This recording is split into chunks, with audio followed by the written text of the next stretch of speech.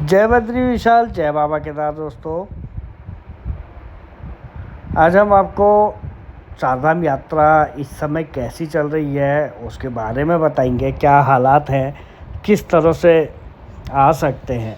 सबसे पहले बात करें बद्रीनाथ धाम की। देखिए, मंदिर से लेकर हर तरफ इस समय एकदम एक अलग ही उत्साह है, क्योंकि इस समय प्रचंड गर्मी जो है पूरे देश में देखने को मिल रही है और मानसून अभी पहाड़ों में आया नहीं है। और इन दिनों जहां हम कुछ दिन पहले कह रहे थे कि पहाड़ों में ज़बरदस्त ठंड देखने को मिल रही है, लेकिन पिछले 3-4 दिनों से पहाड़ों में भी एकदम गर्मी का एहसास हो रहा है। हालांकि मैदानी इलाकों जितना तो नहीं होता है, लेकिन गर्मी तो गर्मी है, थोड़ी सी यहाँ भी हो जाती है, तो हम लोग को एहसास हो जाता है।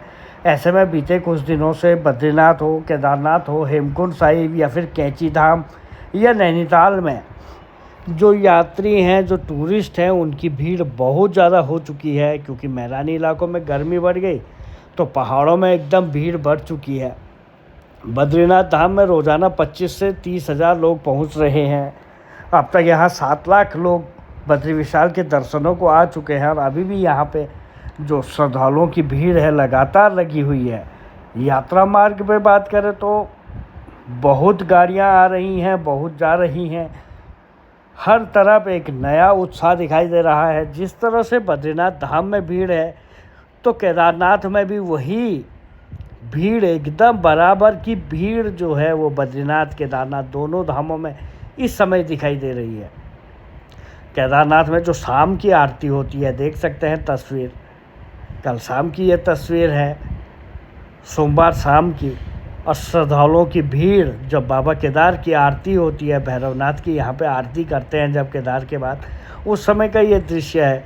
और इतना ज़्यादा मतलब यात्रा का उत्साह, और कुछ मैदानी इलाकों में गर्मी का असर भी इसे कह सकते हैं, क्योंकि एकदम से इतनी ज़्यादा भीड़ जो है वो पहाड़ों का रुख करती है।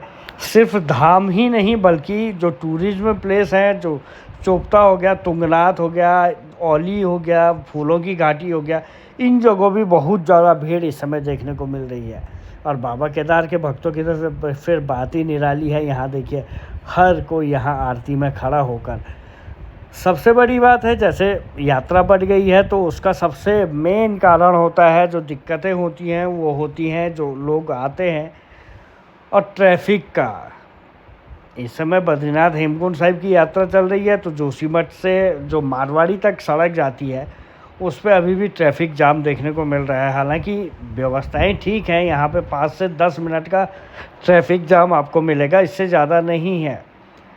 लेकिन जो मेन ट्रैफिक है वो आपको मिलेगा ऋषिकेश, तीन धारा से आगे जाकर, और हरिद्वार के बाद यहाँ आपका 2 से 4 घंटा, 3 घंटा, 5 घंटा भी बर्बाद हो सकता है। फिर अगर कैंची धाम की तरफ अगर हम कुमाऊं पे जाएंगे तो वहाँ भी आप 3 से 6 घंटे तक जाम में फंसे रह सकते हैं।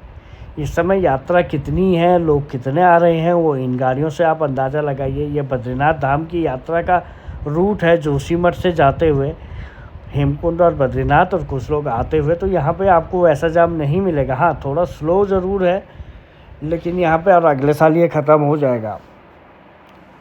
और धीरे धीरे ये गाड़ियाँ सारी यहाँ से निकल रही हैं, क्योंकि हर किसी को अपने अपने गंतव्य पर पहुँचना है। ये देखिए ऋषिकेश और हरिद्वार की तस्वीर है। यहाँ सबसे बुरा हाल है। आप आओगे तो ऋषिकेश और हरिद्वार से जब आप ऋषिकेश की तरफ चलोगे तो यहाँ पे आपको जाम से 2-4 होना पड़ सकता है, क्योंकि यहाँ सबसे बुरा हाल है। और यहाँ हज़ारों की संख्या में गाड़ियाँ जो आ रही हैं, कोई ऋषिकेश राफ्टिंग के लिए आ रहा है, कोई चारधाम यात्रा पे आ रहा है। हर किसी को इस जाम की समस्या से 2-4 होना पड़ रहा है। इस समय आप चाहे कुमाऊं साइड चले जाएं, कैंची धाम की तरफ चले जाएं, फिर या फिर चारों धाम या फिर राफ्टिंग के लिए भी आएंगे, तो भी आपको ये दिक्कतें हमेशा झेलनी पड़ेगी। क्योंकि यहाँ पे थोड़ा रास्ते पतले हो गए चारधाम यात्रा के हिसाब से। जो मुंह हो गया वो ऋषिकेश में हो गया, ऋषिकेश से आगे एकदम से जा नहीं सकते। अगर आपने रात के अंधेरे में रास्ता क्रॉस कर लिया तो वो तो फ़ायदेमंद है। अगर रात के अंधेरे में नहीं किया है और दोपहर के समय जाएंगे, जैसे ही धूप खिलती है, तो यहाँ बहुत ज़्यादा भीड़ देखने को मिल सकती है, तो जो परेशानी खड़ी कर रहा है। हेमकुंड साहिब की बात करें, यहाँ देखिए ठंड है। यहाँ आपको गर्म कपड़ों के साथ ही जाना पड़ेगा। यहाँ अभी बर्फ़ है, पर गर्मी का असर यहाँ भी देखने को मिलेगा। यहाँ लोग अब नहा रहे हैं, स्नान कर रहे हैं। बर्फ़ जो है हेमकुंड साहिब क्योंकि 15,000 फीट की ऊंचाई पे है, ऐसे में यहाँ की बात ही निराली है। यहाँ तो एकदम ठंड बिल्कुल अलग ही एहसास कराती है। यहाँ जाके एकदम आदमी गर्मी ढूंढने लग जाता है। तो हेमकुंड साहिब की यात्रा में भी 2013 के बाद इतनी ज़्यादा भीड़ देखने को मिल रही है। रोज़ाना 7 से 8 हज़ार यात्री, जबकि पिछले वर्षों 2013 के बाद यहाँ की यात्रा 1,000 से 1,500 के बीच फंस चुकी थी। इतने ही लोग यहाँ पे यात्रा पे जा पाते थे। ये गुरुद्वारे के अंदर का है, हर कोई यहाँ पहुंचकर अरदास सुन रहा है, सुखमनी साहब का पाठ सुन रहा है और मत्था टेकने के बाद यहाँ से बाहर लौट रहे हैं। बाबा केदार के धाम में हर तरफ भीड़ है, वीआईपी आ रहे हैं, दर्शन कर रहे हैं, फिर जा रहे हैं। लेकिन व्यवस्थाएं इस बार काफ़ी सुधर चुकी हैं। थोड़ी सी जो दिक्कत है, मेन समस्या जो रह गई है वो अब सिर्फ सड़क मार्ग का रह गया है, क्योंकि सड़क मार्ग ठीक हो गए हैं, लेकिन कहीं कहीं पे जो मेन मुंह होता है, मुंह अभी तक उनका खुल नहीं पाया है। जैसा सबसे मेन है, हरिद्वार से लेकर आपका ऋषिकेश 82 के पास तक अगर ये वाला रूट बाईपास बना दिया जाए या फिर अन्य चीज़ कर दिया जाए तो ये भी एक यात्रियों को फ़ायदा मिलेगा। बाकी देख सकते हैं केदार घाटी में अभी 3 दिन पहले ये हेलीकॉप्टर किस तरह से क्रैश हुआ था। इसमें सवारी बैठी थी, ये इमरजेंसी लैंडिंग कर रहा था और यहाँ पे देखिए ये यहाँ से फिर उड़ा और फिर उसके बाद सीधा रोड पे आ गया। यहाँ पे एक गाड़ी भी इसमें डैमेज हुई है। किस तरह से ये इतना ख़तरनाक मंजर था। बस गनीमत ये रही कि इस दौरान कोई एक व्यक्ति तो आया था लेकिन वो घायल है, कोई अनहोनी नहीं हुई है। लेकिन इस तरह के हादसे, ये तीसरा हादसा है इस बार केदारनाथ यात्रा में। फिर गनीमत रही जो इसमें बैठे थे, किसी को कोई नुकसान नहीं हुआ। ये सड़क पे ऐसा उतरा जैसे उतारा गया हो, जिससे क्या हुआ कि जो लोग थे, जो सवारी थी, आसपास के लोग थे, अगर ये हवा में उड़ता फिर इधर से उधर भटकता, फिर ये लोग जो रास्तों में दिखाई दे रहे हैं इन लोगों को भी नुकसान पहुंचा सकता था। इसमें यह चीज़ बढ़िया रही कि किसी को कोई नुकसान नहीं हुआ और बाबा केदार की कृपा से सभी लोग सुरक्षित रहे।